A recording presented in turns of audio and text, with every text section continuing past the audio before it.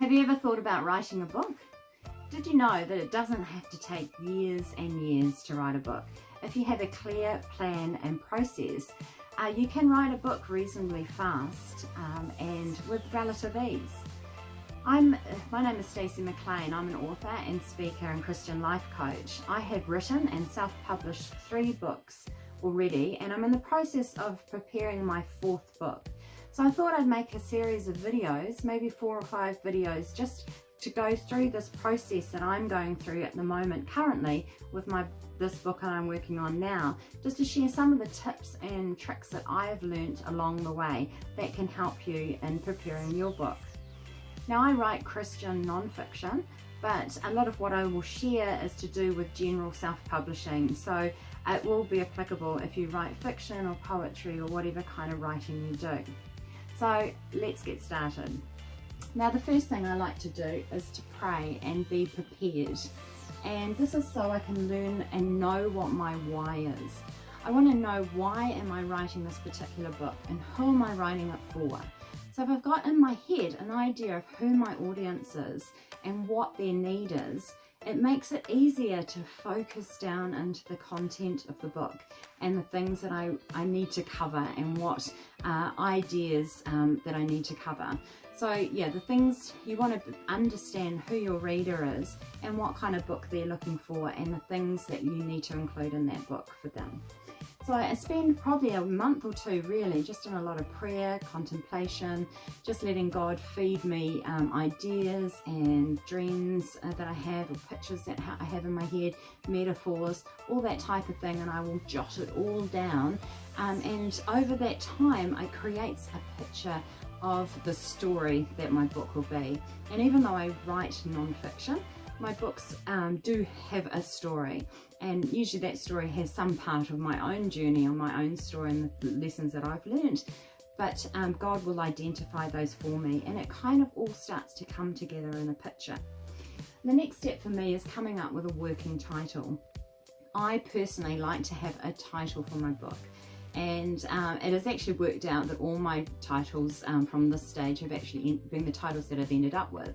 But a lot of authors just work with a working title. So until you actually, some people like to get the book done and then they feel the title will come. So whichever way you want to work it, but it's good to have a working title to start with. It's kind of like this is your baby that you're working on, and it's nice to have a name for it and a project rather than just calling it the book. It's a bit like calling it the kid. You know, you want to have a name, something that you can call your project, and to help you focus and to remember what you prepared and your why and the type of people that will be reading your book. So I really encourage you to come up with a title, even if it's not the one that you end up with, but a kind of a working title. The other thing I always do, and it's probably actually nearly one of my first steps, is to book a time in with my editor. I have a great editor that I've worked with in the last 2 books, and so I will contact her and book in her time in advance. This leads to the fun one, deadline. It puts me on a deadline because I know that I have booked her time in advance and she's put me in her diary.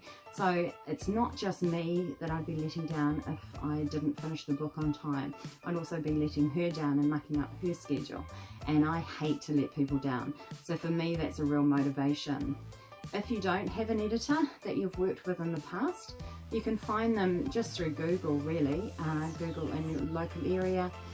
It doesn't have to be somebody that you live in the city that you live in or place you live in. A lot of it can be done online now, so you may not even need to meet your editor. You can chat through emails and Google Docs and things like that. So it doesn't even need to be somebody in your country. You can also contact organisations like the New Zealand Christian Writers Association and those kind of organisations that may be able to point you in the right direction to find an editor if you need to find one. But I really encourage you to book that time in, just to give you accountability and a little bit of pressure, because it's too easy when you're writing to think, okay, well, I'll start tomorrow, I'll do it tomorrow. But when you know that you have a deadline, then you have to start working to it. So currently with this 4th book that I'm working on, I booked my editor in a couple of weeks ago before I went on holiday. So now I have about 5.5, nearly 6 weeks till that deadline is with her, that I need to hand over my first draft for her to do the first edit on.